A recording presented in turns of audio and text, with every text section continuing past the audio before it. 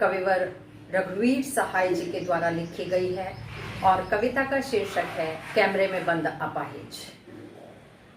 अभी पहले कविता का प्रतिपाद्य भावार्थ स्पष्ट करने से पहले मैं संक्षिप्त परिचय कवि रघुवीर सहाय जी का आपको बताना चाहती हूँ। सहाय जी समकालीन हिंदी कविता के एक संवेदनशील कवि माने जाते हैं।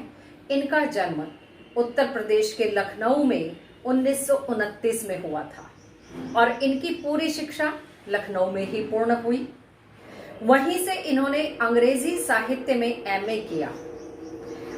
शुरू में इन्होंने पत्रकारिता से अपना व्यवसाय पेशा जो अपनाया वो पत्रकारिता का अपनाया और इन्होंने प्रतीक अखबार में सहायक संपादक सह संपादक के रूप में भी कार्य शुरू किया।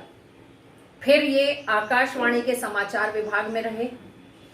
कुछ समय तक हैदराबाद से निकलने वाली पत्रिका कल्पना और उसके बाद दैनिक नवभारत टाइम्स तथा दिनमान से भी जुड़े रहे। साहित्य सेवा के कारण और साहित्य में अपनी सेवाएं देने के कारण इन्हें साहित्य अकादमी पुरस्कार से सम्मानित किया गया और इनका देहांत सन 1990 में दिल्ली में रहते हुए हुआ था। इनकी कुछ रचनाएं हैं। नई कविता के कवि ये माने जाते हैं। अज्ञे द्वारा संपादित दूसरा सप्तक जो 1935 में प्रकाशित हुआ था और कुछ काव्य संकलन हैं। सीढ़ियों पर धूप में, आत्महत्या के विरुद्ध, हंसो हंसो जल्दी हंसो, लोग भूल गए हैं आदि आदि कुछ प्रमुख हैं। काव्यगत विशेषताओं में यदि रघुवीर सहाय जी की बात करें तो इन्होंने अपने काव्य में आम आदमी को, उनकी पीड़ा को, उनकी समस्याओं को स्थान दिया है, व्यक्त किया है। ये साठोत्तरी काव्य लेखन के सशक्त, सुदृढ़ और प्रगतिशील और चेतना संपन्न रचनाकार और कवि माने जाते हैं। इन्होंने सड़क, चौराहा, दफ्तर, अखबार, संसद, बस, रेल और बाजार सभी की बेलौस भाषा में अपनी रचनाएं लिखी हैं, कविताएं लिखी हैं। कविता का प्रतिपाद्य और सार स्पष्ट करती हूँ। कैमरे में बंद अपाहिज कविता लोग भूल गए हैं काव्य संग्रह से ली गई है।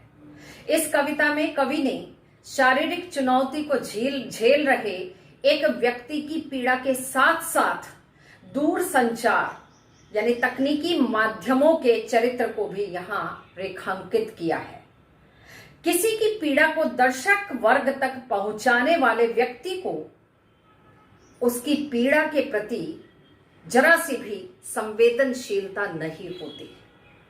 उसके प्रति स्वयं संवेदनशील होने और दूसरों को संवेदनशील बनाने का दावा करने वाले जो होते हैं वो हमारे संचार विभाग के लोग होते हैं। संचार विभाग यानी दूरदर्शन, टीवी चैनल आदि जो हमारा मीडिया है।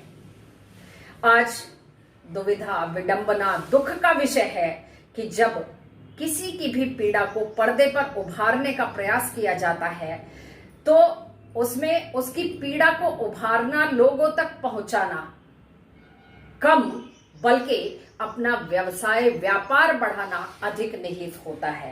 कारोबारी दबाव के कारण ही जो वहां एंकर होता है, कार्यक्रम का प्रस्तुत करता होता है, उसका रवैया बहुत ही संवेदनहीन होता है पीड़ित व्यक्ति के प्रति। यह कविता टेलीविजन स्टूडियो के भीतर की दुनिया को समाज के सामने प्रकट करती है। साथ ही उन व्यक्तियों की तरफ भी इशारा करती है, संकेत करती है जो दुख, दर्द, यातना, वेदना इन सब को किस प्रकार आसानी से बेचकर अपना धंधा चमकाते हैं।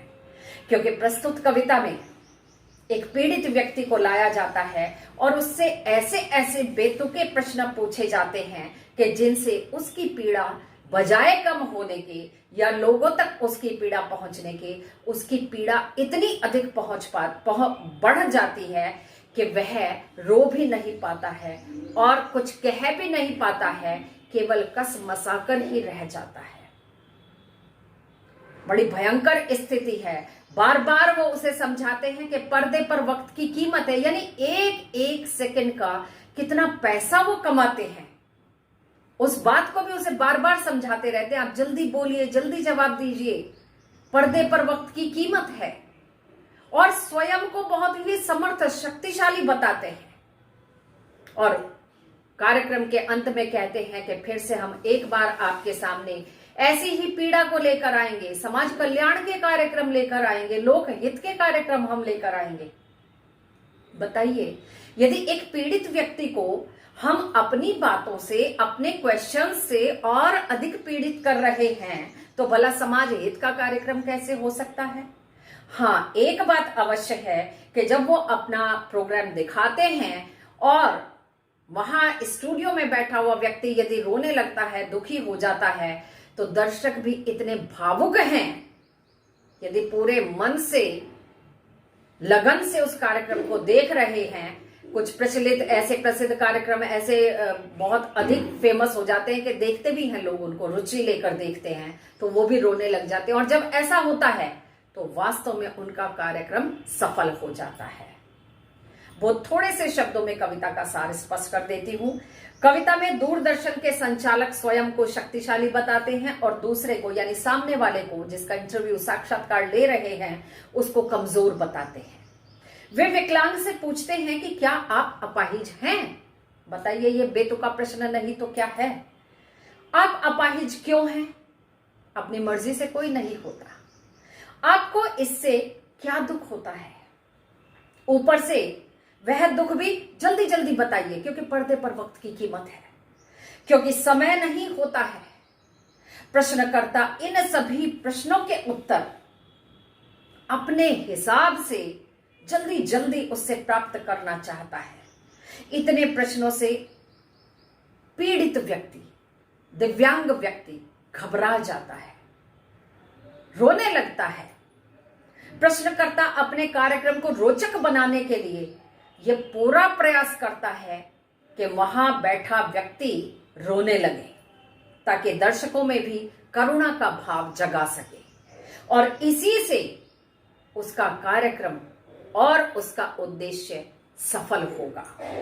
वह इसे सामाजिक उद्देश्य बताता है, सामाजिक हित बताता है, परंतु पर्दे पर वक्त की कीमत है वाक्य से उसके इस व्यापार जगत की पूरी पोल पट्टी खुल जाती है। उनकी मानसिकता का सबको पता चल जाता है कि वे किस तरह की मानसिकता रखते हैं। वास्तव में उनका उद्देश्य सामाजिक नहीं होता, समाज हित नहीं होता, बल्कि उनका उद्देश्य होता है अपने कार्यक्रम को बढ़ाना, सफल बनाना और अपने चैनल की टीआरपी बढ़ाना, ताकि उनका यह व्यवसाय और अधिक बढ़ सके और वो धन कमा सके। इस अंक में यहीं तक। अगले अंक में अभ्यास प्रश्न उत्तरों के साथ आपके समक्ष आऊंगी। धन्यवाद।